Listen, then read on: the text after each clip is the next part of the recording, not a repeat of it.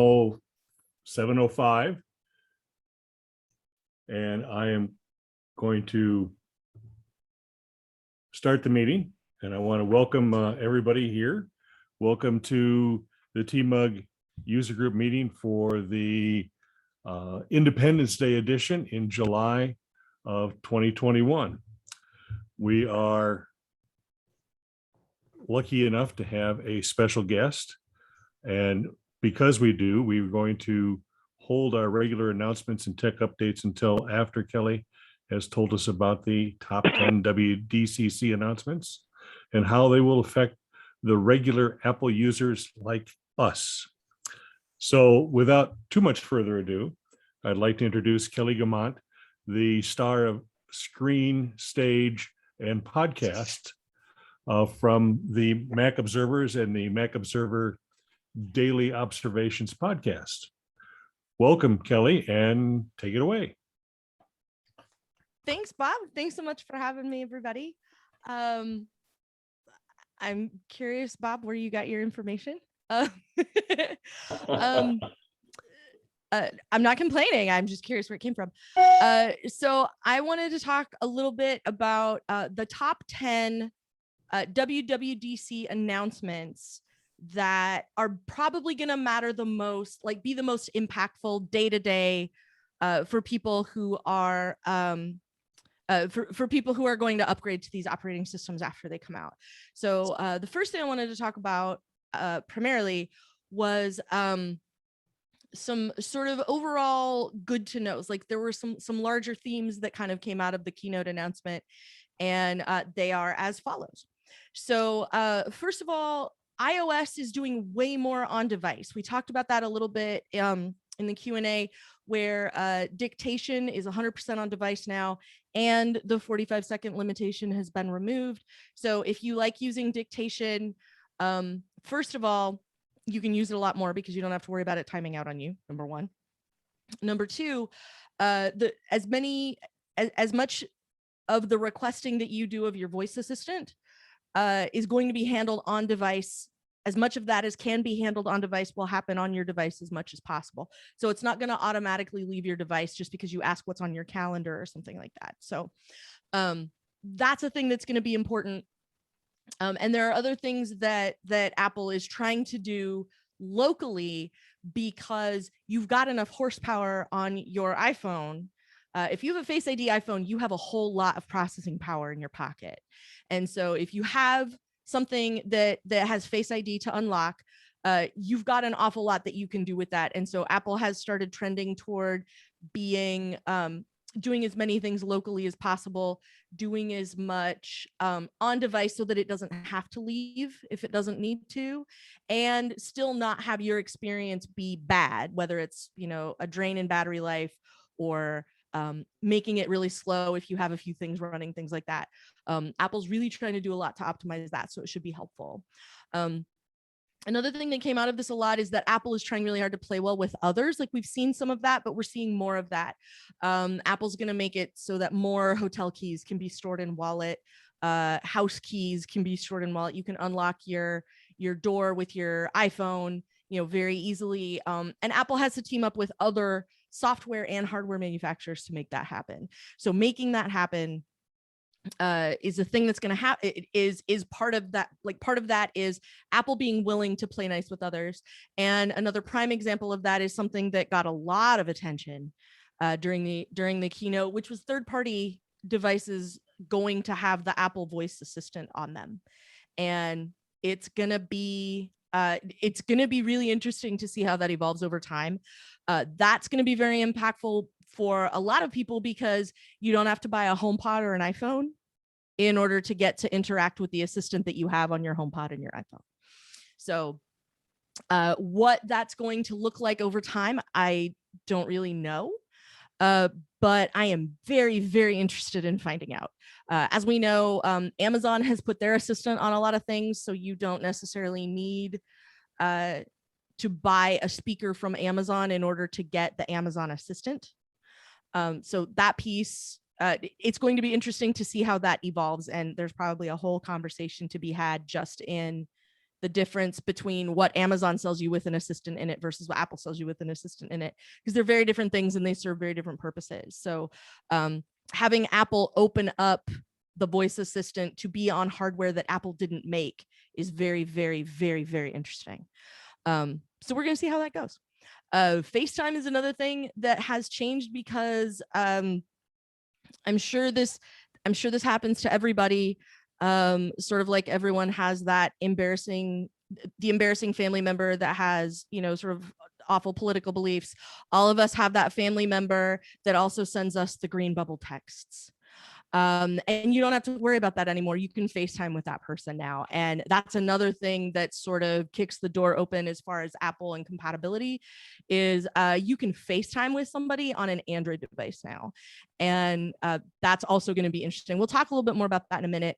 But SharePlay is another piece of that, sort of playing well with others and understanding that they're not the only game in town. And SharePlay is another one that we'll talk about in specific, but part of what makes SharePlay interesting is the amount of stuff that you can use it with. And so sources from other places that aren't necessarily things that came from Apple is going to be pretty easy. And another thing is, and we talked about this a little bit before the meeting too, because apparently somebody else also had access to my outline for my talk tonight. You might need a new Mac to do all of the things that Apple told you in the keynote you could do. The first one that comes to my mind is universal control. I believe you need an M1 machine in order for the universal control stuff to work. And that's, I have a Mac and I have an iPad and I just drag my mouse from one screen to the other. And then I click around on my iPad for a while and I come back and I click around over here for a while. That one I think is going to require that your computer be an M1 machine. And we can talk about that if you want to. There's one behind me and it's very nice. And I'm talking to you from my own, that one belongs to Mr. Kelly. I'm talking to you from my own M1 device. Basically, he got jealous and didn't want my old laptop as his computer anymore. And so he bought his own and he decided to get an M1 mini. It's not like he ever took it anywhere anyway. So he has one. I can tell you it's a very lovely machine. And if you are in the market, it is certainly not a bad decision. So there you go. So that's sort of the overall stuff that came out of the keynote. But some of the stuff I wanted to talk about really in specific, I do have 10 things. Some of them are a number of things under one sort of larger category. And the first one of those is SharePlay. SharePlay is something that's going to be available on macOS and iOS. It's going to be awesome. For a bunch of reasons. It makes it very easy to screen share, and it makes it very easy to watch and listen, to share content with other people, whatever shape that content takes. You can watch something on Apple TV Plus at the same time as you are talking to other people. So like I can put something on my Apple TV and so on my Apple TV, I can be watching the new episode of Ted Lasso, and Melissa and I are on FaceTime and we're talking about how great Ted Lasso is and having a really wonderful time watching the new episodes.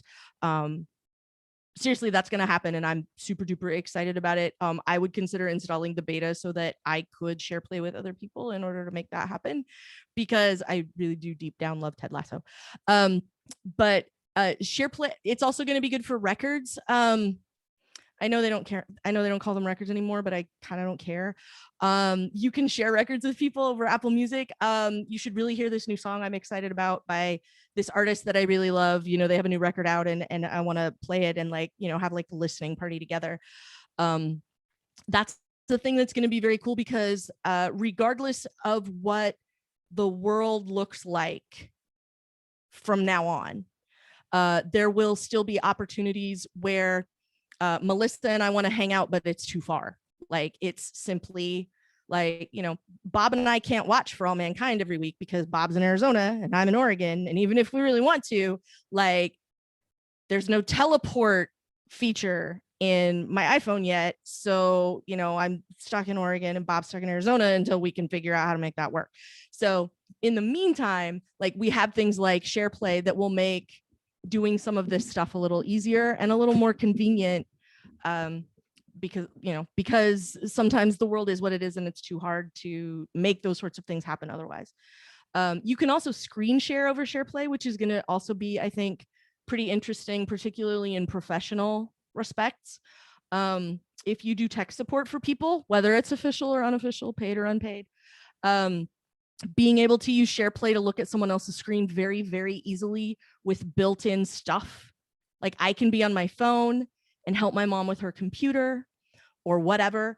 And that's going to be really nice to when those are things that can happen. It will be very convenient. It'll just be part of what's on your operating system. You don't have to go through the dance we have to go through now.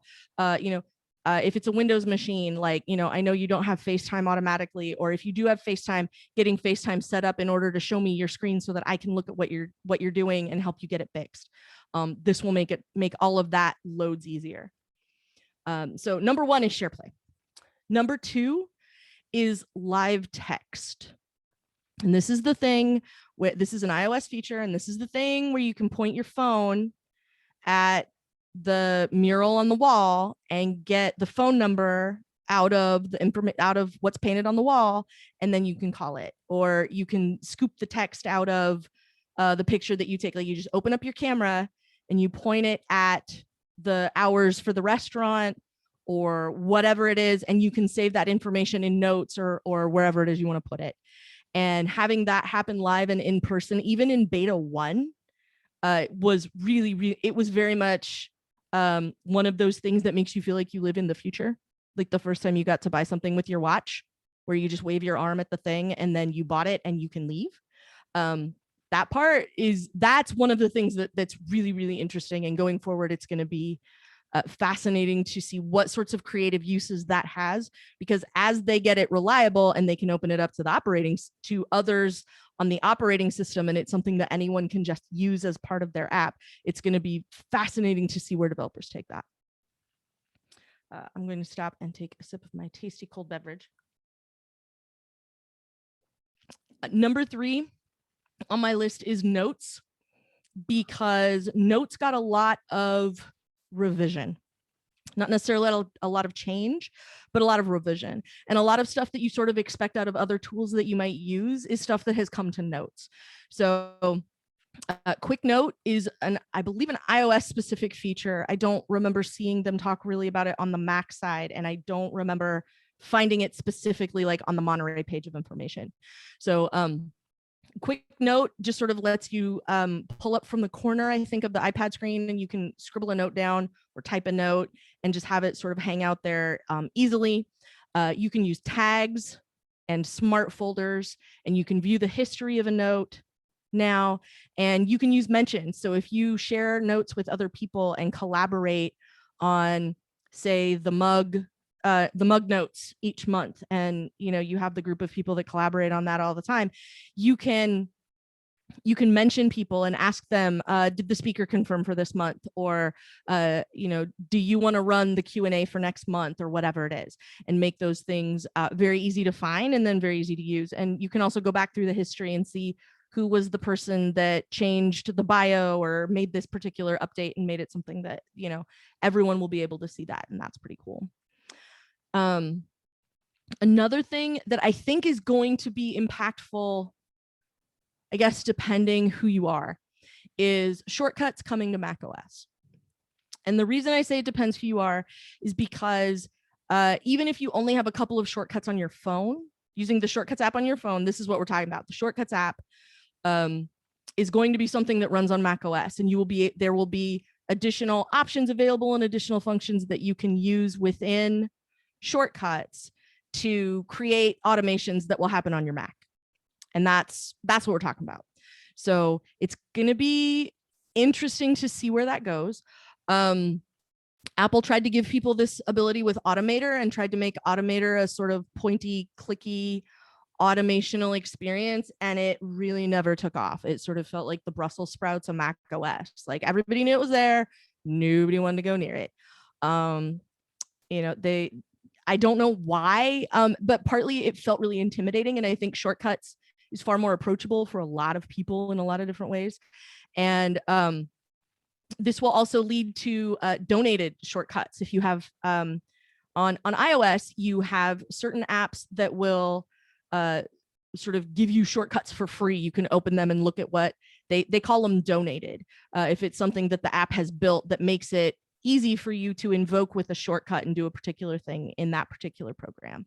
And so the same sort of thing is going to come to Mac OS as shortcuts becomes more available and people are able to start using it and developers are able to start being able to donate those shortcuts. It'll be very easy to use. And that will make it a piece of cake to automate stuff.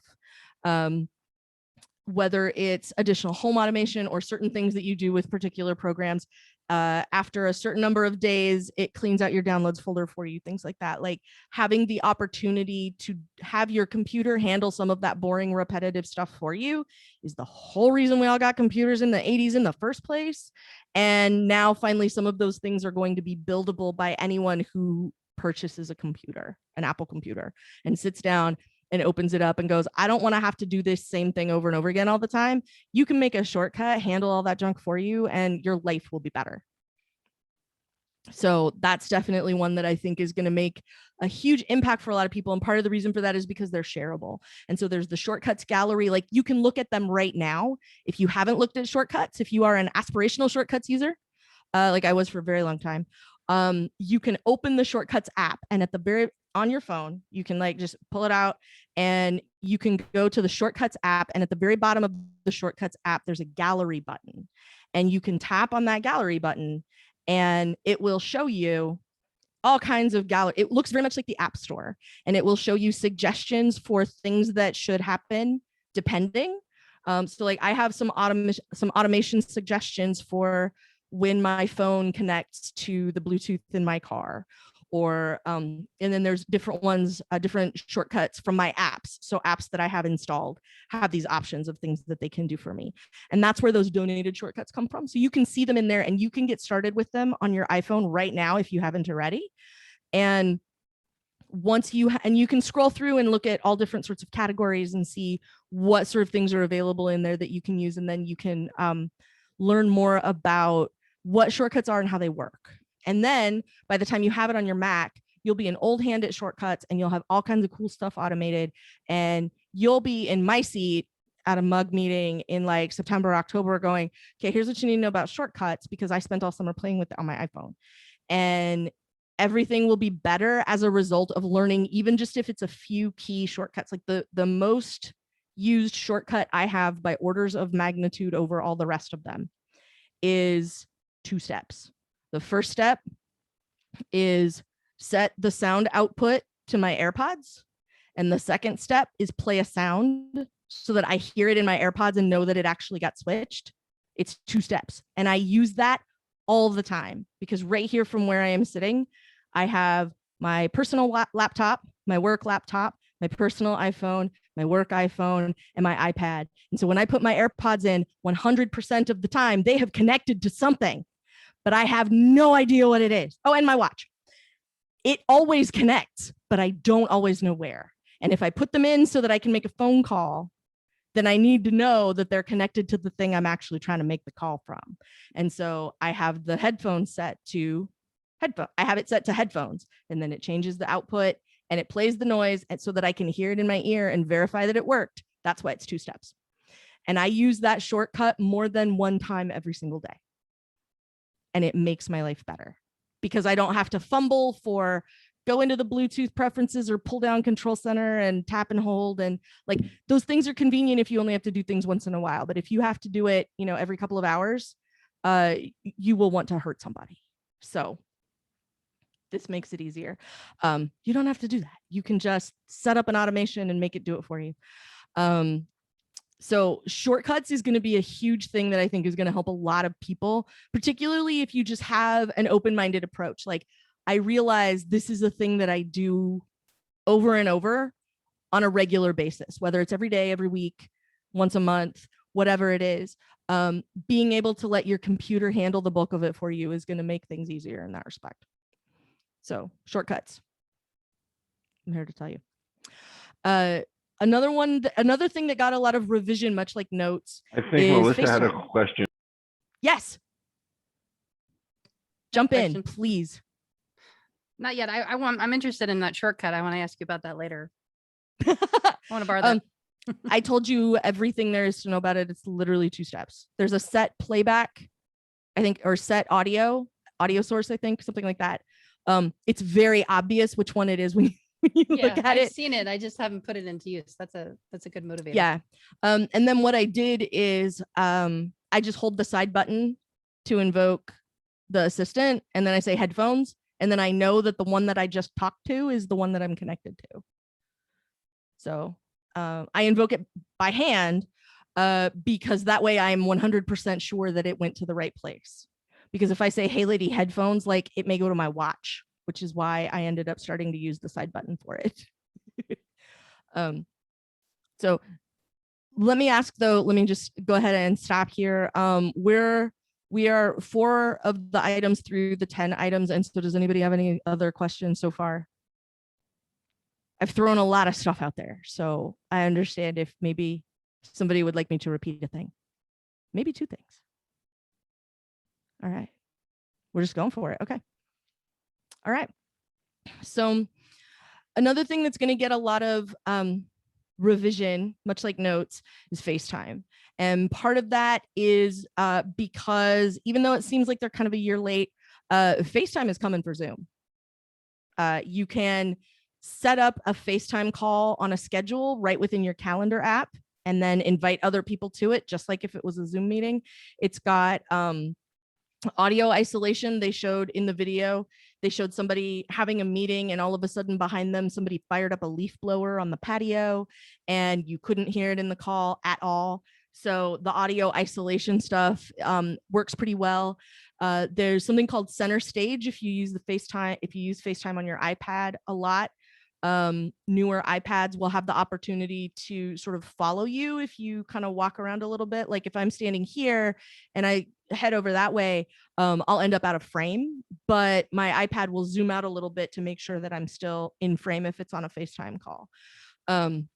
It also has grid view so that when you do those group FaceTime calls, you don't get all the different shifting sizes and everything moving around. It'll just sit there in a nice static layout. Which I think a lot of people prefer. I don't know anybody who ever said, gosh, the thing I don't like about Zoom is that it doesn't do that thing that FaceTime does where the person talking, their picture just gets bigger and bigger. Like I've never heard anybody say that ever. I think a lot of people prefer the more static layout because it's easier to find people. And so that's another thing that's coming to FaceTime that's going to be nice. And one of the ones that I thought was part of the reason I think that FaceTime is coming for Zoom as hard as it is because they also talked about how you can use portrait mode in FaceTime now. And portrait mode, this is what came with the iPhone 10 cameras, where you get the person in focus, but the background is very fuzzy, the bokeh backgrounds and all of that, like professional photography shots where the background is all just kind of fuzzy because you're using a very short field of focus so that you get the person super clear, but all the stuff behind them is sort of blurry. That's very much a Zoom background move, it sort of looked like to me. So that's definitely a thing that I think is going to be fun. And again, comes back to we have a lot of processing power that our machines simply aren't using. And this is an easy thing to do to sort of up that experience without taxing anybody's machine, I think. So that's one with FaceTime. Number 6 is messages, which is also getting a little bit of a difference. Apparently they're going to never make the change I want them to make, but they're making some other changes, and most of the changes have to do with how things are shared with you. So things are shared with you. If I share, I'm just going to pick somebody else out of the audience because I feel like I've picked on Bob and Melissa kind of enough now. But if I go, Kurt, you really need to see the new episode of Ted Lasso, and I text him the episode of Ted Lasso, then first of all, Kurt's going to go, who's this rando texting me about Ted Lasso? Like, I already know. But what will happen is it will automatically show up as one of the next things to watch on TV Plus if I send him that link.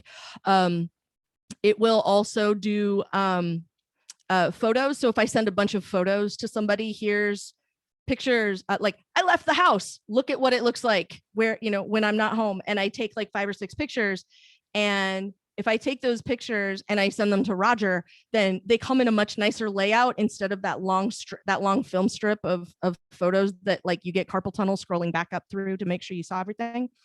They're fixing that. It's a little nicer photo layout, and you'll be able to flip through those a little more easily. If I send a link to somebody, I'm like, Ridge, I found this article about the Beach Boys I think you may really like, and I send him the link, then it will, if it's like an interview with them or something, then that link will end up in the news app. In the news app, there'll be a section of like shared with you. And then when you open the news app, you'll be able to see those things that people texted you.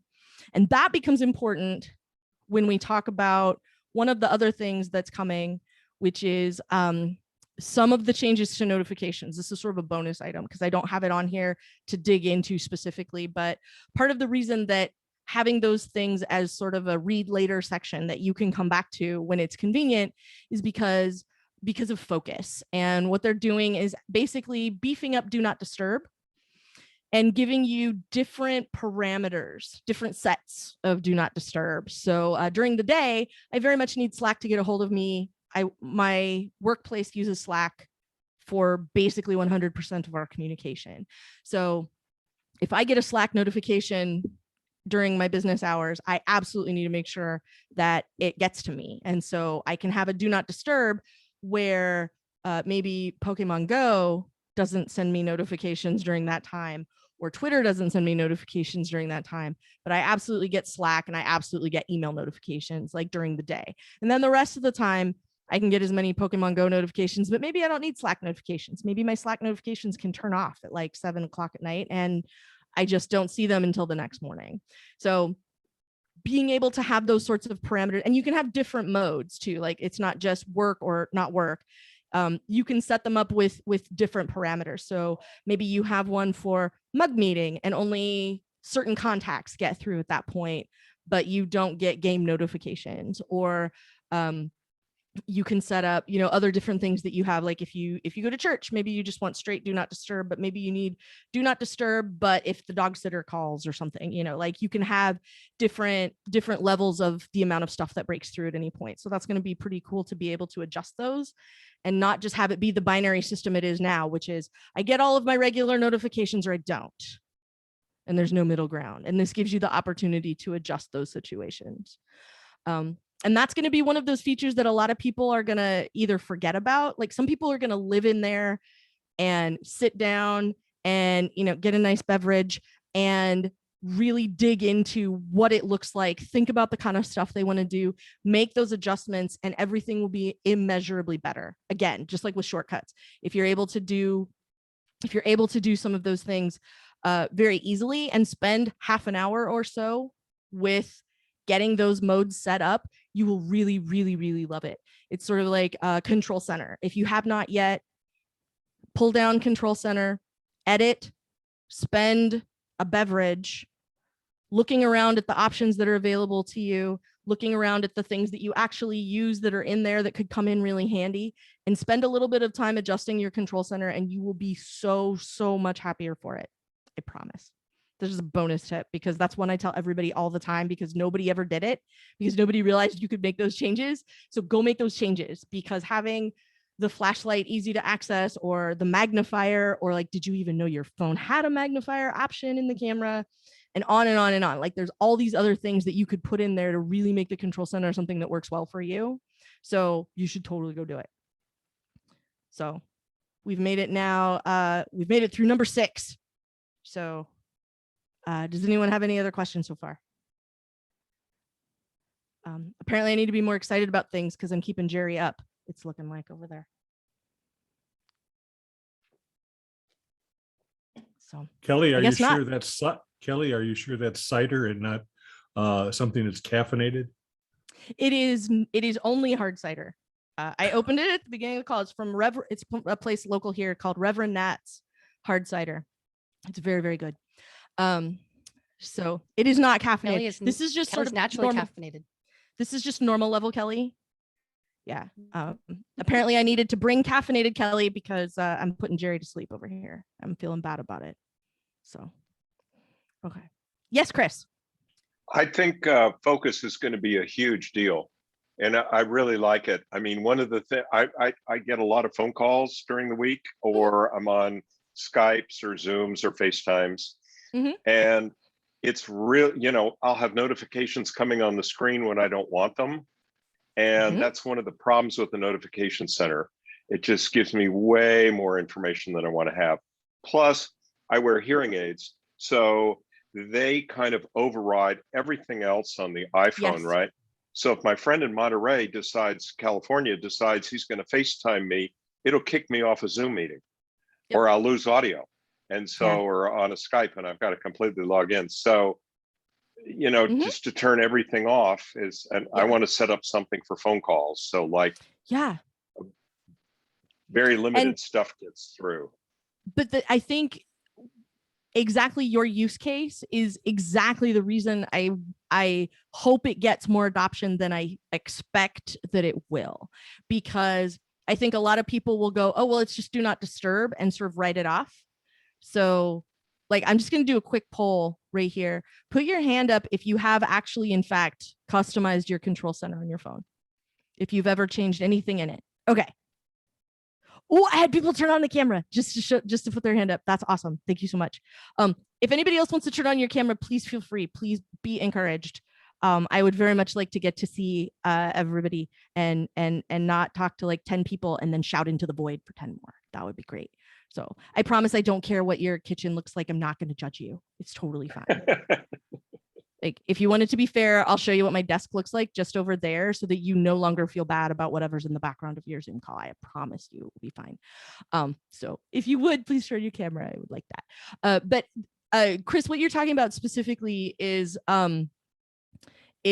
something that you would have to sit down and take a few minutes and adjust and make work for you and have like that phone mode.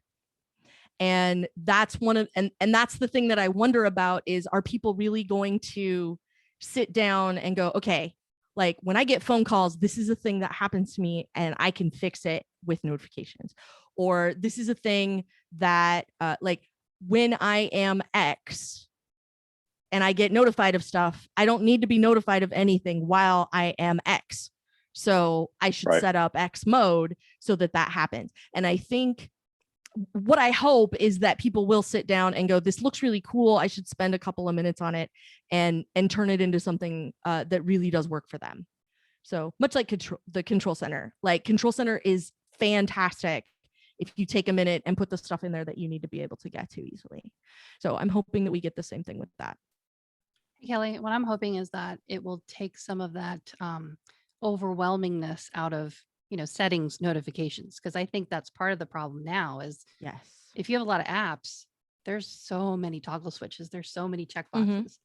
And then there are. I don't know if you've noticed this, but you know, I'll go in and I'll tweak all of that stuff, and then there might be an app update that comes out and it gets turned back on. And Every once really in a while hope I that get one of stops. those. Yeah. I think it will. I think part of that issue is why you now get the option to manage notifications from notifications. Mm-hmm. Does everybody know about this? That you can deliver quietly and turn off right from a notification itself. We've all got we've talked about it. Okay. Yep. Okay. Not every mug is fantastic. I just want to make sure everybody's got all the information that they need. So deliver quietly is one of my favorite things because I don't need to know right now, but I would like to know. Mm-hmm. Like those are very different modes of communication. So having the opportunity to deliver them quietly so that when we're off this call, I can go pick up my phone and scroll through and see what I missed. You know, Bob talking smack about me on Twitter because I'm putting Jerry to sleep over here. You know, I'm not going to find out about that until the meeting's over because I don't need to know about it right now. Like, it's just going to shake my confidence, right? I'm not, you know, I'm going to get all up in my head about not doing a good job. So I would also like to thank Bob for being an outstanding sport as I just sort of keep poking at him about this. He brought it on himself. I would like everyone to know, for the record, he brought it on himself. He was the one that said, hey, Kelly, you should come talk to the Tucson mug. So he brought it. He did. Yes, Chris. Deliver quietly is my friend because I have my It's iPhone sounds going to my hearing aids now. And the minute I turned it on, my hearing aids were beeping every 3 minutes. And it was unbelievable. I said, all right, I've got to obviously turn more of this stuff off. So, and you know, 90% of it, I don't need to know. Although Mhm. there are still things that beep and I can't tell what they are, but Yeah. that's okay. It's less. And at least I Yeah. catch the important things like text tones. That was the Yeah. problem. Friends were texting me and I didn't hear it. So Yeah. Well, and now that they're going right in your ear, you can go edit the contact and give them custom text tones, and then you know which friend it is before you even look at your Yeah, phone. That's I one do of my that favorite too. things. We just Yeah. did that. My husband and I share a contacts list, and we just did that for our realtor so that I either hear his So phone or everyone he knows. hears mine, and we can pick it up. Yep. Yep. It's important. Just make I have sure a that you're using really short touch tones or text tones that are for text and they're not ringtones. Because my husband changed a couple of those to some ringtones, and I kept thinking, Oh, who is no. calling? And it's a text message. But it's a text message. Yeah. There's a difference. There is. Subtle, but it's pretty important. Chris, I have a similar story to you in that I got a new device and went, do I really need all these notifications? But it was my watch. I sort of decided like my right arm is sacred and only very, very particular things get to send a notification all the way to my arm. And in going Yeah. through that process, I also sort of looked at things and went, I don't even think I need that notification in Notification Center. And so I'm just going to turn them all off. I can go back and turn them on later if it turns out I'm missing things. But I went and turned off loads and loads and loads and loads of things that I sort of didn't even realize had been on, kind of because they just sort of became white noise in Notification Center. And notifications are huge, and they're such a big, especially if you don't make a concentrated effort. And so like I try to sit down and do that occasionally, because I will let I just want to try out the app. Sure, send me notifications, it's fine, whatever. Go. Let me see the thing that I installed the app to go ahead and do or whatever. And so and every the once in a while, I installers just sit turn down on the and- notifications. Yeah. When you install them, it turns it on. I wish somebody would write an app that you could go through and see all your notifications without having to go through settings and notifications, because that's just really tedious for me going through there. There's a better way to do that. That's what I was talking about, that it's tedious. That's the word I was looking for, Chris. Yep, It's tedious tedium. to go through all the. Tedium is exactly the word for what it is to go manage all of those.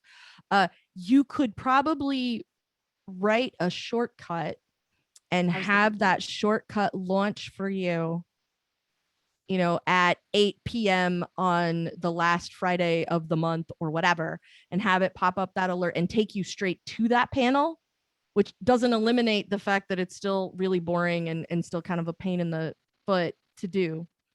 But you could probably make something to at least automate that, do it automatically, and then have that happen at least as something that you can regularly update. I feel like that might be a good way to do that. So I think it'd be interesting. So I'm turn them all off and then just selectively turn the ones on that you want. I mean, I actually use Notification Center, as my like to-do list. So I do have stuff. I don't have it come on my lock screen, but I've trained myself to put my finger at the top and slide down and then go through that list systematically. And I just swipe, dismiss them as I go through them. But it's only the things that I really want to be notified about. Yeah, and deliver How do we quietly select is the what other goes piece to of the it. watch, or what goes to the phone, but not to the watch? In the watch app, you can tell the watch app to mirror notifications for your phone or not. Right. So set up your phone first and then go tweak your watch. Yeah, I've always basically mirrored. what I did. I never tried turning it off. Oh, okay. Basically what I did was when I got my watch was first of all, because it said, do you want to install all the stuff from your phone on your watch? And I went, oh God, no. So stop. No.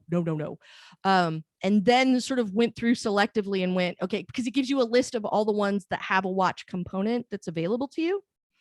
And so then I went through the watch components and went, okay, do I want it on my phone or on my watch? First of all, does it even get to go to my watch at all? And whether it gets to go to my watch or not, does it also get to notify me?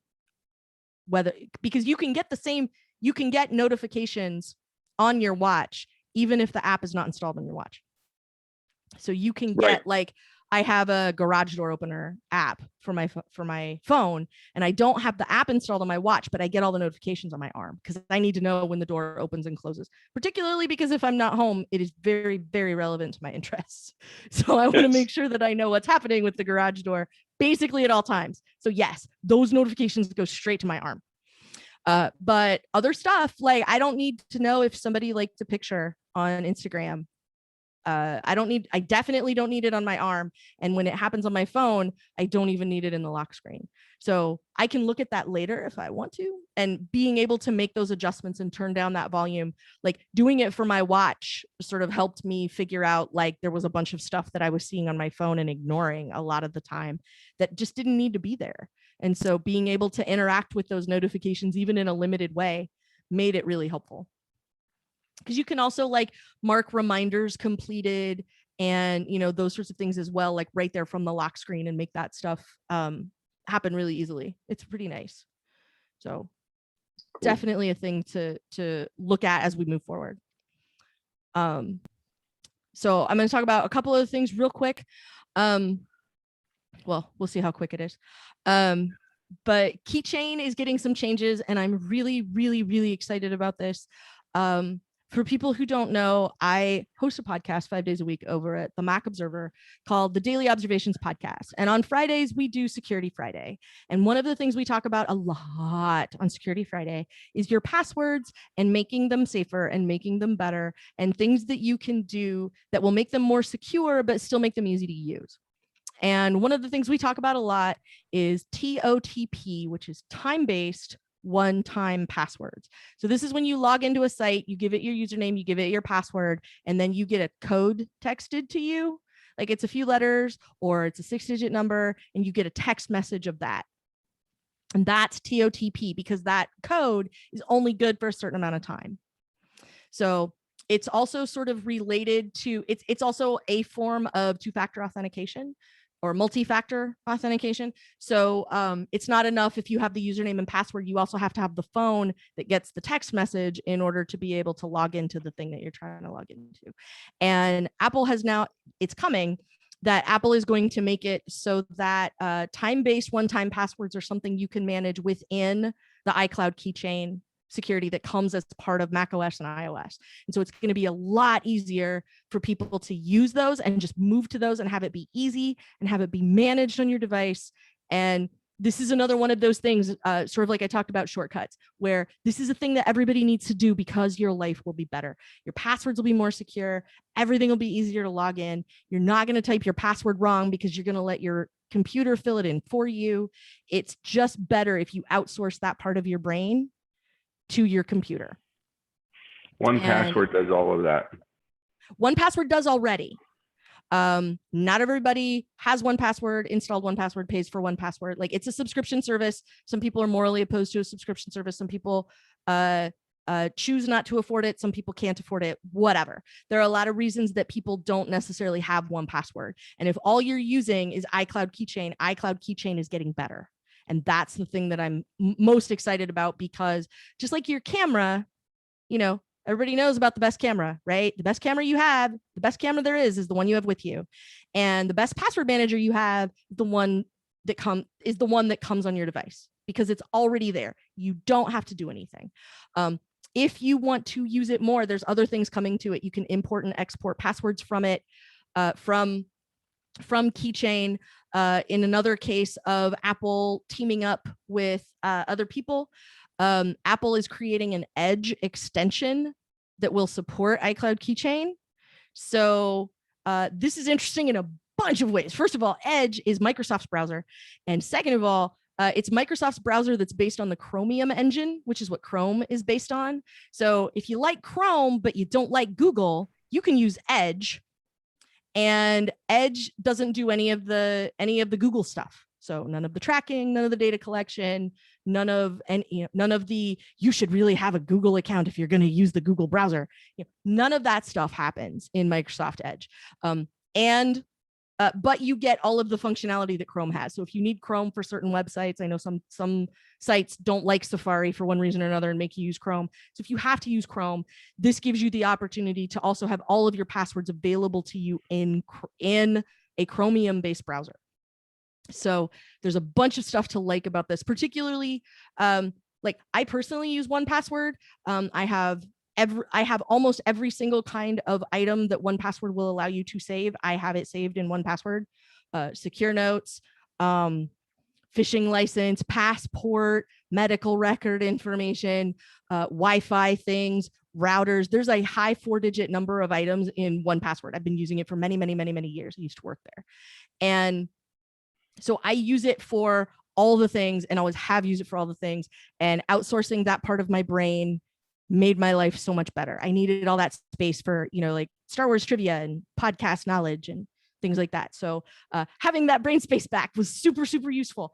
And I didn't have to go to like copying things down in an address book. And I can just tell everything, like, have a 50-character randomly generated password. It's fine. I don't ever have to know it, and I don't ever have to type it. And that's the part that's important. All of my passwords are super duper secure because I don't have to worry about what any of them are. I click and I click again and it's all filled in and everything's fine. It's great. So having Keychain become something that is slightly more viable as an entry-level password manager, like time-based one-time passwords, the multi-factor stuff is just becoming table stakes. And I'm really excited that this is a thing that a lot more people are going to have the opportunity to use because it's just going to make everybody's internet experience more secure. So it's going to be good. One of the other things that's coming, speaking of secure data and things that people would very much like to be able to carry around in their pockets, the medical record stuff that's coming is going to be terribly interesting, in that there's a lot of family sharing that is coming to the health app. So if there are other people in your family that you care for on a medical level, or just need to monitor, like I need to be aware of the medications my family member is taking, or it's good for both of us to have a sanity check on my prescriptions or my appointments or lab results or things like that. Like if there's somebody that you are caring for, or if there's a member of your family that's caring for you in some assistive way, then this is going to make all of this a whole lot easier because you will be able to set up securely ways that another person, like that person who's helping you or that you are helping, can share those medical records. When the lab result comes in, you'll see it too. And if there's a medication that needs refilled and that's a thing that you're tracking in the health app, it's a thing that can be shared by more than one person, and it will hook up to larger medical systems. I don't know if any of them are in Arizona or not, quite honestly, but once they've got somebody set up to do it, like more places are going to also set up to do it as well. And I'm looking forward to making those things easier for people to use and share and have. Like it just makes for a more productive conversation with a doctor when the doctor asks you something, and instead of, like you can open your phone and look and go, oh, well, I wrote down that the last time that happened was this. Or I take my blood pressure every day. So here's the last month of my blood pressure readings because I know you're going to want them. And when you ask, how's my blood pressure? Like I don't have to remember, and I don't have to bring in a piece of paper that I ultimately left on the counter at home instead of actually bringing it with me. I have it all in my pocket. So here, you want to see what my blood pressure looks like? Here's my blood pressure, whatever it is, like any of the things that you track, how's your exercise looking? Well, look at my rings for the last month. Now, and having that information at your fingertips is just so much more convenient. So I am really glad. This is another one of those features that feels like it came out of somebody actually using it at Apple and going, this doesn't work very well. If I need to see my person's medical stuff, we should fix that. And I think another thing that came out of that probably is the iCloud account recovery. Some of the things that came to the iCloud account changes, having a designated person for account recovery, so that if you are unable to get back into your account, you have a designated person who is going to be the person who can help you make sure that you get back in securely. And when there comes a time when you will no longer be logging into your iCloud account, they've also added digital legacy options for people so that when you are no longer logging into your iCloud account, but still somebody needs to, you will have the option to set those features up as well and make those things functional very easily. So those are things that are going to be very good, I think, and impactful, because this is another take 10 minutes and set it all up, and it's just going to put all that information at your fingertips, and it's just going to be so much better. So Melissa was mentioning using the passport entry in 1Password, and they actually added medical record entries to 1Password as a new feature, there are medical record information options that you can use as a prefabbed item now, so that you can put in vaccination records and things as stuff that you can keep track of, and then have an easy way to make sure that you can carry all that around with you in your pocket. That's another thing that is going to be very handy, I think. I saved mine as photo attachments to contacts, so that I know that they're synced and reasonably secure, and I can find them, because there are very few people in my contacts under V. So I actually use the passport entry to do my vaccine passport. Yeah. The reason, because it had better fields in it than the medical version of that. And I know it's there gone through a wasn't- couple of revisions. The medical yeah, one there has was too, not a so, way in the yeah, medical initially one it was not great.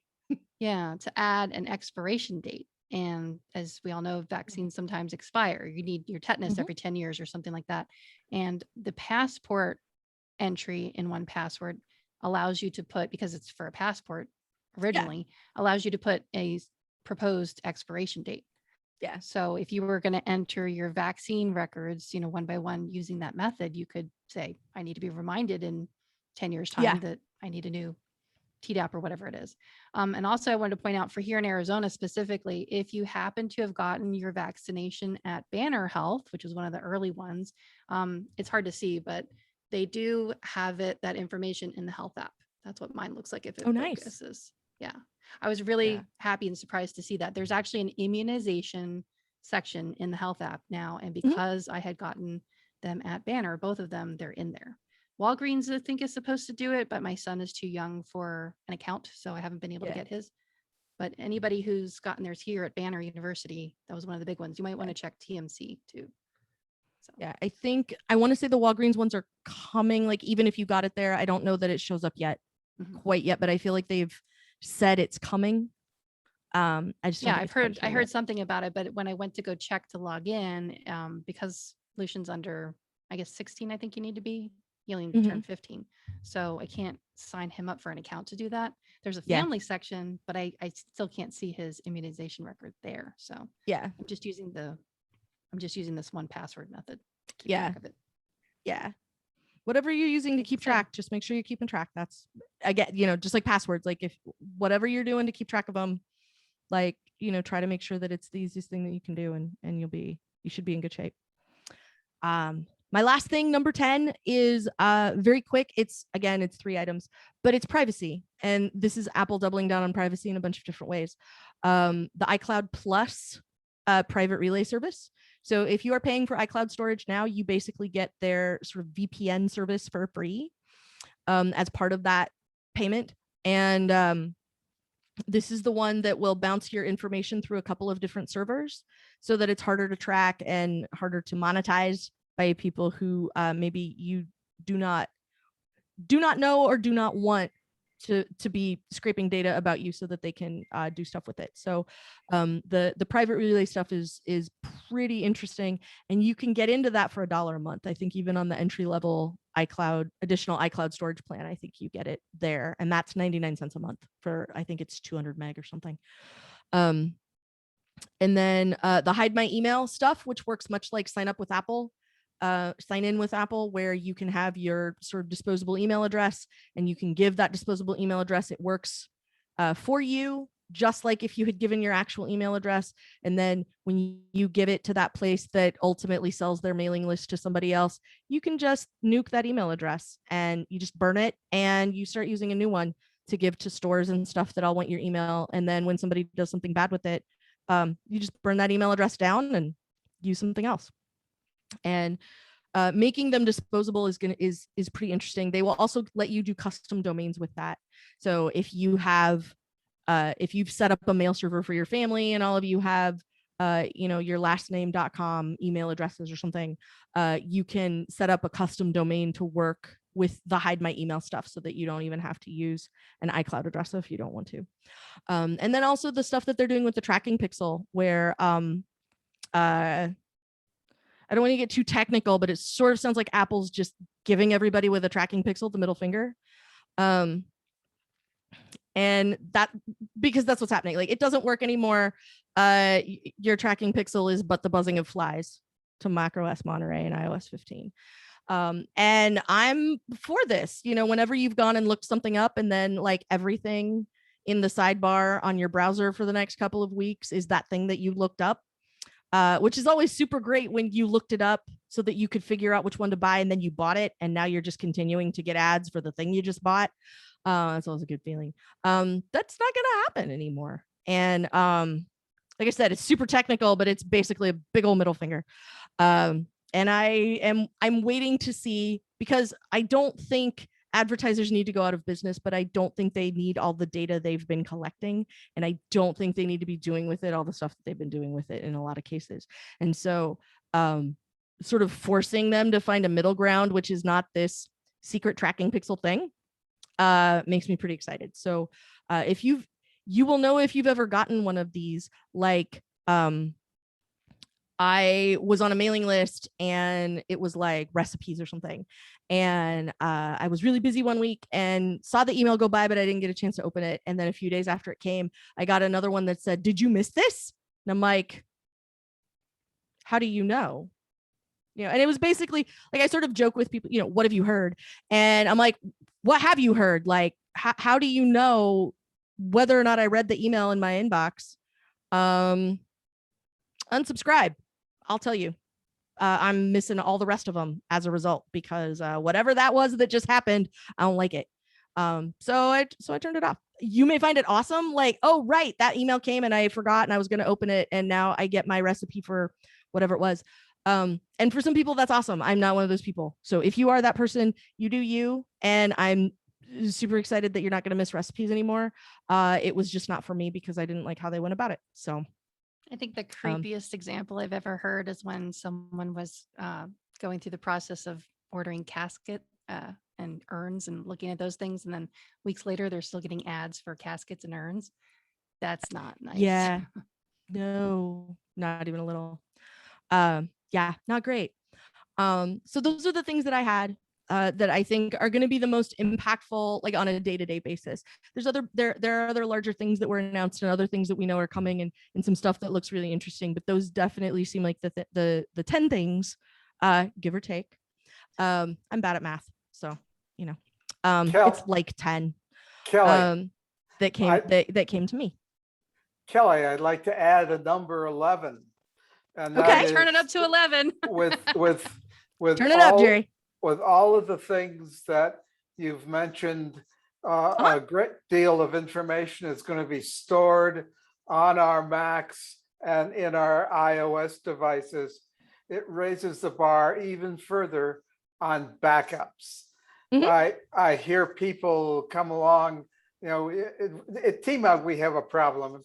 The problem is that some of us know and others don't. And the ones who don't say, "Oh, I don't have anything worth backing up," and so forth. Well, hey, you just put in 50 or 100 hours setting your system up with all of this information so you can access it, and you don't want to lose that. So the backups are vitally important to you. Yeah. End of diatribe. Well, no, it will never be the end. I have Bob Levitas on my show on the regular, and like once a month or so, he's like, "Oh, and by the way, you need to back up," and then like we move on to something else. But he beats that drum regularly, and there's a lot of reasons for it. I had probably the most direct, I'll say, version of I lost all my data and what do I do? My house got broken into and my laptop got stolen. Oh, wow. And there was no getting at that data. It wasn't like, well, my computer crashed. I can take it to Drive Savers and have them scrape everything off for me and it'll be expensive, but I can make that happen. No, I don't have it anymore. To get to that information, to find that stuff, to do any of this, I don't have it. It's not there. And if it weren't for my 3-2-1 backup system, I would have been dead in the water when that happened. So Kelly, can you talk about ransomware a little bit and how that's impacted? Because it's good to have a backup, but then we also have to practice our fire drills and make sure that we can actually restore. Yeah. So ransomware is so first of all, there's sort of like the level 1 ransomware, which is you get that email that says, I know what you've been What you doing. did last summer. I saw on your camera what you were doing. And if you don't want me to tell anybody else, you'll pay me.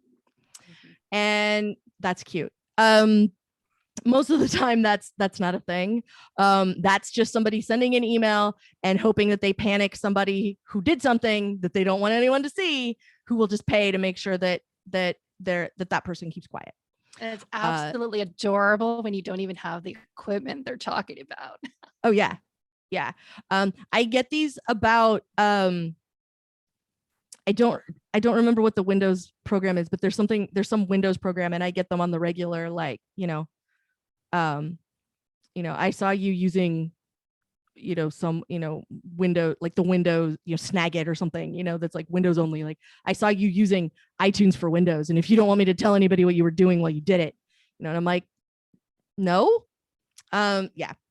So that's like level 1, which is actually not a thing, but because people hear about ransomware a lot, it makes a lot of headlines. There's been a lot of fallout. A lot of poop has hit a whole lot of fans as a result of ransomware. It makes people a little jumpy. Like, oh God, somebody did get to me. Oh no, I don't know what I did, but I'm going to have to pay them just to make sure, that's not a thing. Don't click that One email. of the things that they do a lot in those emails is they'll include an old password that you've used Yep.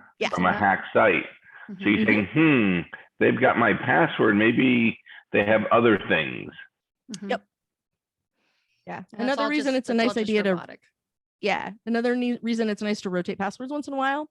And if you do use a password manager, if you're paying for a password manager, I want to say the free versions of like LastPass and Dashlane do the same thing. They will tell you the last time your password was updated, and they will usually have a banner on them about this website was involved in a data breach, and you haven't changed your password since it got out. And so you should really update it.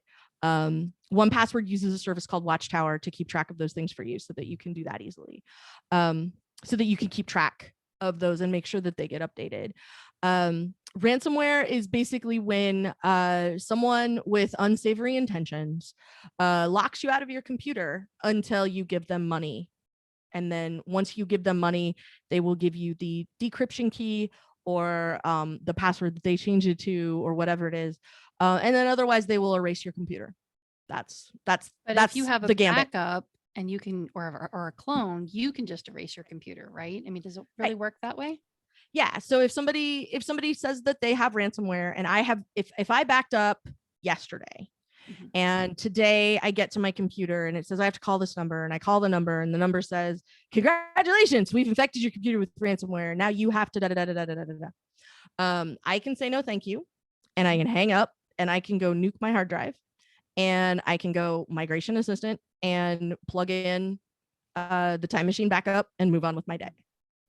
As long as I have a backup that doesn't have anything to do with anything that happened when they got into my when they got into my machine. Right, that's the key. So that's why you have to have multiple backups, different versions of them located and in different places, multiple because the formats. ransomware could be on the backup, right? Right, and multiple formats. So what I use is I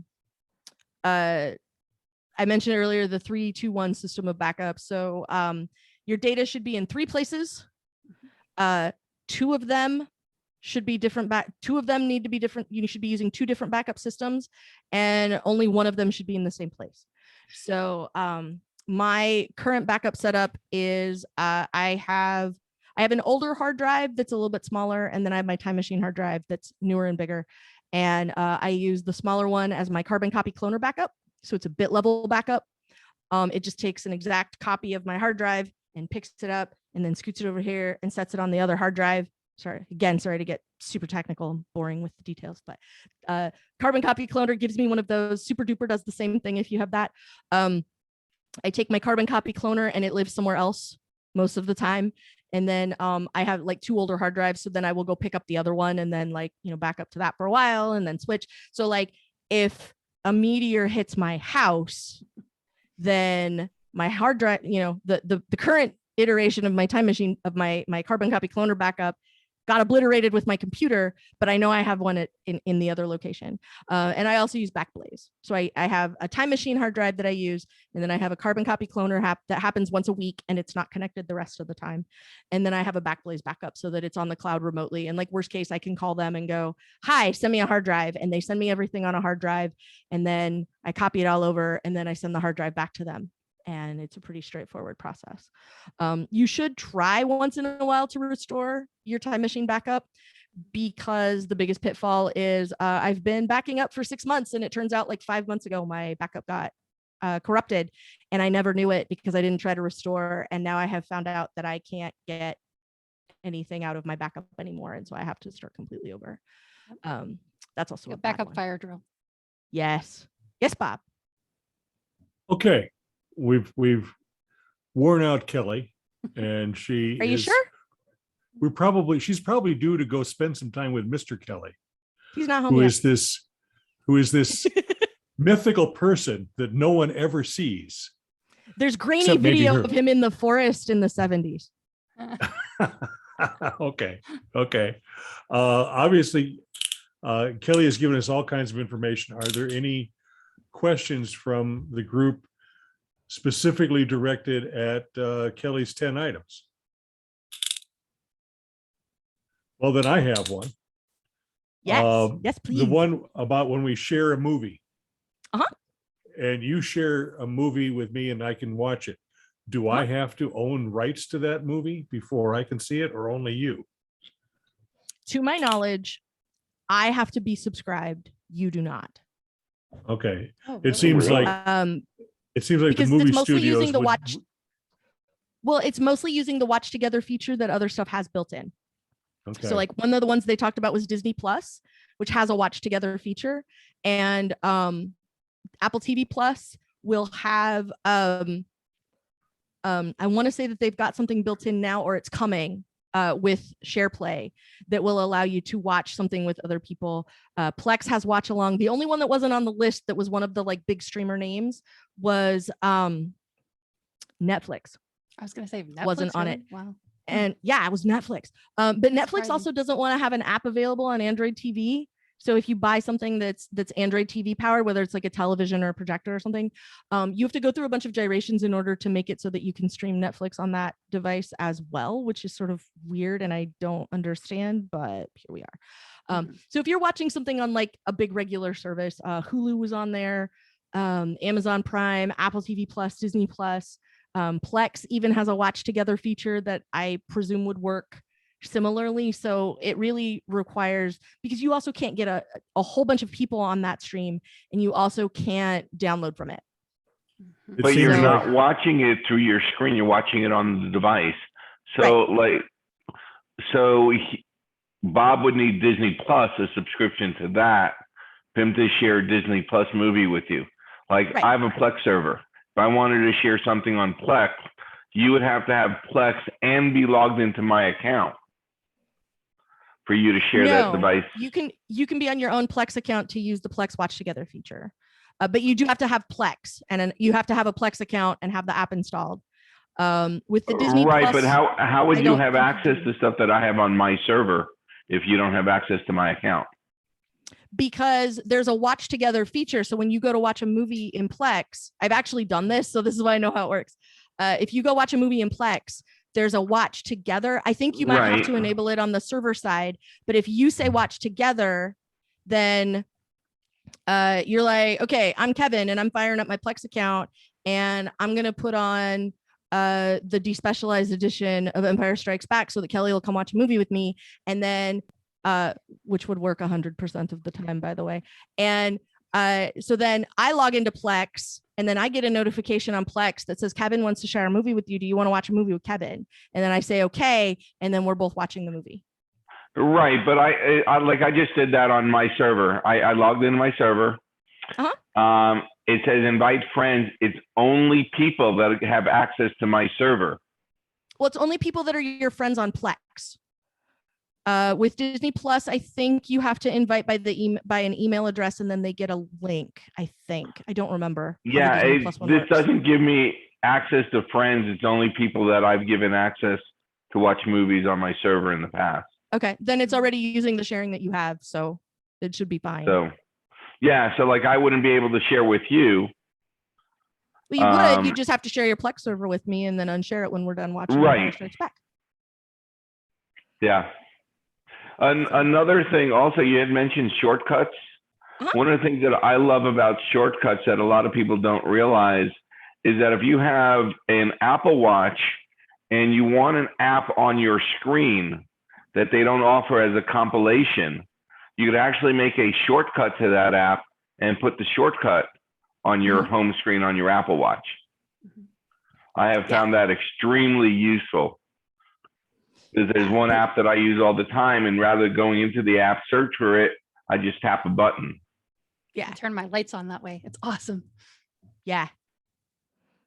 I do like I have set up some other automations because the garage door opener I mentioned before, for being a smart garage door opener is not actually very smart. And so I finally found a way to set it up so I can pick up my arm and say open the garage door and it'll work. So that's You use Homebridge? Yes. Awesome. Yes, it's so good. Yes. Yeah, and that was basically why, was because that way I don't have to carry around a garage door opener button. And the car that I drive doesn't have one built in, like, up by the mirror or anything. Like, I don't have any other option for that. And so basically I set up Homebridge on my Raspberry Pi so that I had that opportunity. And it's much better that way. Yeah, I did it because of work, which was minimal. Yeah, every time we go away, I'm about 5 miles down the road, and she would go, "Is the garage door closed?" And I'll say yes, and she'll go, "Can you turn around just to check?" Now we could say, "Hey Siri, what's the status?" And it just works. And the other thing you can do is you can go get like a $25 security camera and mount it in the garage, and then if it's a big dark blur, the door is shut, and if it's a big light blur, your door's open. Because you've never had to do that before, right? I'm literally in the midst of this project as we speak. My husband's stock response is, well, I didn't open it, so therefore it must still be locked, right? Yeah. Well, mine also has a safety feature that after 10 minutes, it shuts automatically regardless. So yeah, I have a slightly more recent garage door opener. So when we bought it, I bought one. It's been years now, like 7 or 8 years since we bought it. But when we bought it, I wanted the one that had the opportunity to be one that you could hook smart stuff to. So we bought it for that. So future-proofed it. Yeah. So if I haven't put Jerry to sleep entirely, maybe Bob will have me back. And if Bob has me back, we can talk about my ridiculous smart home setups and all of the crazy stuff that I do with them, because I want an episode on incantations and spells. I work from home, so I am here a whole bunch of the time, and I was home a lot way before we even got to lockdown. So I spend a whole lot of time here. And when you spend a whole lot of time looking at a bunch of lights and being sort of a silly person in the first place and going, I wonder what I could do with those. My basement is a discotheque now, is basically where this is all headed. And How many devices do you have in HomeKit? A shockingly low number, because I got mad that the home app wanted me to invite the other person who lives in my house to my home, and he was never going to have the same amount of access to stuff that I did. And so I got mad and basically rage quit HomeKit. Like when it first came out, I was like, this is stupid. 2 adults live here. Does everyone at Apple live alone? This is dumb. Right. And so I went to great lengths to never set anything up. We have a couple of Amazon devices that we've been using that we use just to turn lights on and off. Basically, we ask her the weather and we ask her for the lights. That's most of it. We use Smart Life because that's what we can afford. Well, I have every switch in my house on a smart switch, so of course you do. It gets ridiculous after a while. We don't. I have a truly appalling number of hue lights at my house. That's what's up here. So those are the ones that like we have many of them. So I have a bunch of those in different groups that I can turn on and off with different things, and installed the apps to so that I can play music on the big speakers right on the other side of this wall in the basement where there's a bar, and I can change all the lights, colors and stuff in time with music. So And play karaoke. It's serious business. It's not. It'll be karaoke at some point very soon. We're not quite there yet. Having smart lights gets very interesting when you're trying to sell your house and you have to make sure that you've turned all of them on, because they won't know that they can just turn it on manually. So you got to make sure all that stuff is blazing before you leave the house, because I forgot one time. Oh no. Yeah. They're also nice because you can control stuff remotely. Like when you're not home, turn on different lights so it looks like you're there, even if you're not there. Some of those things are also very handy. And I like some of the automation. Like in the morning, I can make sure the lights are on in the office before I come down here when I start my day. So it's nice to have that. And I have them change at a certain time to remind me, like, because I have a meeting at the same time every day. And so I have the lights change a little bit to remind me, like, it's time for that meeting. So if I've got my head in my monitor, like, what happened? Oh, hey, that's right. I have this thing that I have to do in a few minutes. So. Yeah. Okay, So well, we're gonna let Kelly go because we have a little bit of business to do. You're certainly welcome to stay around, all right. Or go get another hard cider, or go find Mr. Kelly. Any of those things. But he'll wander home eventually. I put some food out by the door. Thank you, Kelly. Thank you. Thank you so much, Kelly. Yay! Great. It was lovely to see all of you. Thanks so much. I appreciated all of your questions, and thanks everybody who turned on the camera, even if you didn't want to. Thank you very much. I appreciated it. I like to get to talk to actual people, and since we can't all be in rooms together most of the time, if this is the best that we get, then thank you for turning on your camera so that it was like I got to hang out with you for a little while. Well, we hope to see you at the next in-person MacStock. I would like that very much. Okay. We'll see how it goes. All righty. Well, thank you very much, Kelly. I'm going to move into our announcements. Got a couple for you. Please see the chat window for the link to the new online review poll. And I put it in there earlier, and I can put it in there again. But it's important for us, if you take a few moments to fill out that review, helps us plan. We have our virtual raffle during our Zoom meetings. Last month's winner was Logan White. I don't think Logan is with us at this point in time, but congratulations, Logan. The virtual raffle is for TMUG members, and they need to be at the meeting to be in the drawing. Oriana Peterson to everyone, 7:04 p.m. Hope that goes well for you. We're in Texas. Gail, when do you leave? Bob Wood to everyone, 7:09 p.m. Please mute your microphone when you are not speaking. Also, please turn off the link. All right. Who did that? Was that Kelly or was that Melissa? Was not me. Why do you suppose he picked us too? Because you're both troublemakers. That's why. Oh, okay. What? No. We have a new raffle. We have a new raffle starting this month. It's called the Treasure Hunt Raffle. It consists of two parts. Part one, you will find the first clue is announced in the newsletter. That's part one. Part B will be found in the TMUG Talk mail list. You put part one and part B together to reveal the answer. Please do not reply to the TMUG Talk email because you'd be giving the answer to everybody. But you email to me at president@tmug.com with your answer. If it's correct, your name will be added to the bucket of all the correct answers, and the winner will be chosen at random. So that's the new Treasure Hunt Raffle. You need to be subscribed to the newsletter, and you need to look at the newsletter, and you need to be subscribed to the TMUG mail list, TMUG Talk mail list. And then you need to put those two pieces together and follow the directions and send me the answer.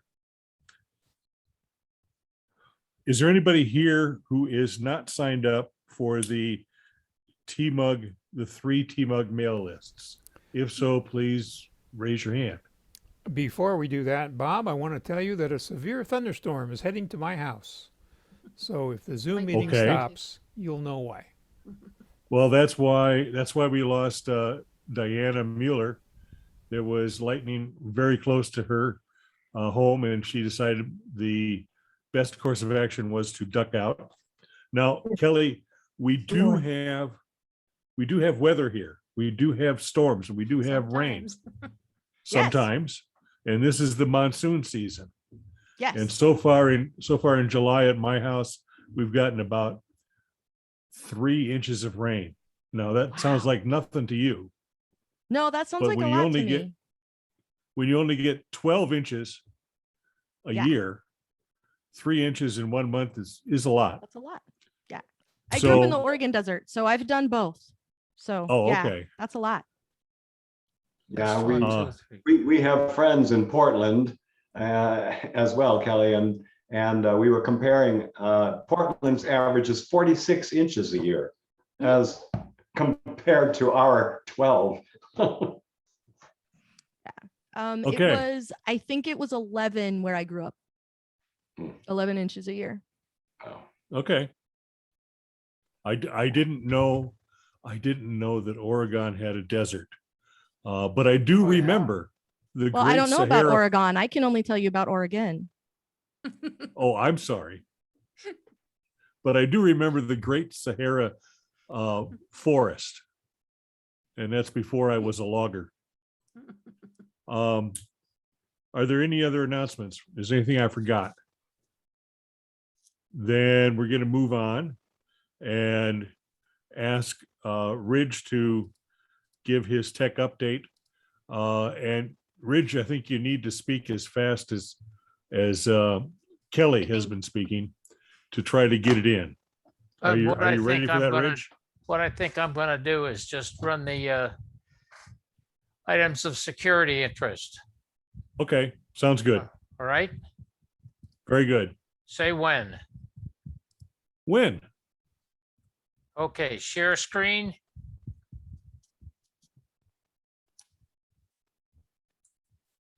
You do know your camera's off. I know my camera is off. Okay, It quit. Can you see it now? we can I'm see it screen- now. I'm screen sharing, so I'm going to play. Security interest. And let me arrange this.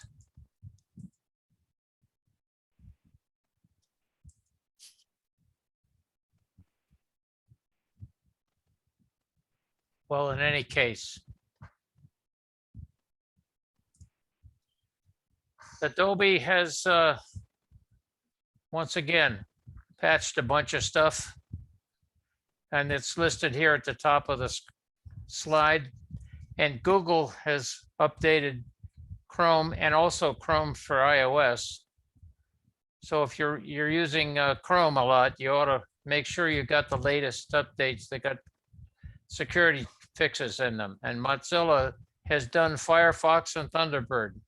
And Microsoft also updated Office for Mac 365 in 2019. And Apple has updated all of the following items with security updates. Probably the most important there for all of us are the iOS, iPad, and Watch OS updates, and the security updates for Catalina and Mojave. Now we're talking about robocalls. That's another nasty thing that we get every day. And the FCC recommended steps to reduce the calls you get. And they say don't answer calls from blocked or unknown numbers or numbers you don't recognize. And don't assume an incoming call is really from a local number just because it looks like it is. And if there's any questions that they ask that can be answered with yes, don't respond. If someone calls you and claims to be with so-and-so, hang up and call the company yourself. Use the company's website to find an official number. And if you hear somebody asking, hello, can you hear me? Just hang up. And when a call asks you to press a number before being connected to a representative, hang up. Because when you answer a call and interact with the voice prompt by pressing a number, it lets spammers know your number is real, and they can then sell your number to another company or begin targeting your number more frequently. iOS 13 from Apple added the option to silence unknown callers, which adds the option to route calls from numbers not found in your contacts, mail, or messages straight to voicemail. But any legitimate callers will leave a message. Also, most wireless providers have a way to limit spam and robocalls, so don't forget to check with them for their possible solutions. Okay, thank you for your attention and stay safe. And let me stop the sharing if I could find out how to do that. I want to There we add go. one thing to the robocall, if I could, real Go quick. ahead. iOS 14 has slightly revised the block unknown callers. And so instead of just being in your contacts or not, it will also, if you have called a number recently and then that number calls you back, it will get through. So they've added a little bit more intelligence to it. So, so that you don't have to worry about it. Like if you call someplace and leave a message for someone to call you back, then when they call you back, that phone number will ring through, even though it's not in your contacts. If you have that on, it makes it a little easier for when those things get through. They've added a little bit more intelligence to it in that way so that it's easier to use. So yeah, and absolutely don't feel bad about hanging up on somebody who's trying to get money from you. Like we've all been trained, like it's rude to hang up on somebody and they will feel bad or they'll be offended or whatever. But if they're trying to steal money from you, you should not feel bad about hanging up on them, because hanging up on them is nowhere near as bad as what they're trying to do to you. I'm done now. Okay. Thank you, Ridge. Thank you, Kelly. Okay. And we're Denny going Smith. to Denny go ahead, Smith. Ridge. Denny Smith, you're going to call me? You're mute. I'll give you a call tomorrow. Okay, that's fine. Good. My turn to Okay. leave. Gotta leave. Okay, bye-bye all. Bye, Ridge. When you call, Okay. will your call get through? Ha ha ha. I'm pretty sure Ridge will answer the phone. If he doesn't, Debbie will. Okay, thank you everybody for attending and making this a very memorable meeting, especially Kelly. And yes, we would love to have you back some other time. And we really appreciate personalities like yourself, the podcast literati, who does consent to help out Mac user groups by giving presentations. And you're right up there with at the top of the list. Thank you so much. Thanks so much for having me. I really appreciate getting to share information. So I feel like all y'all at user groups are all in the same boat as me with like sort of being family tech support. So anything I can do to help make that job a little easier, I'm always happy to do. Okay. If you do not subscribe to the Mac Observer's Daily Observations podcast, which is hosted by Kelly every weekday, you really should.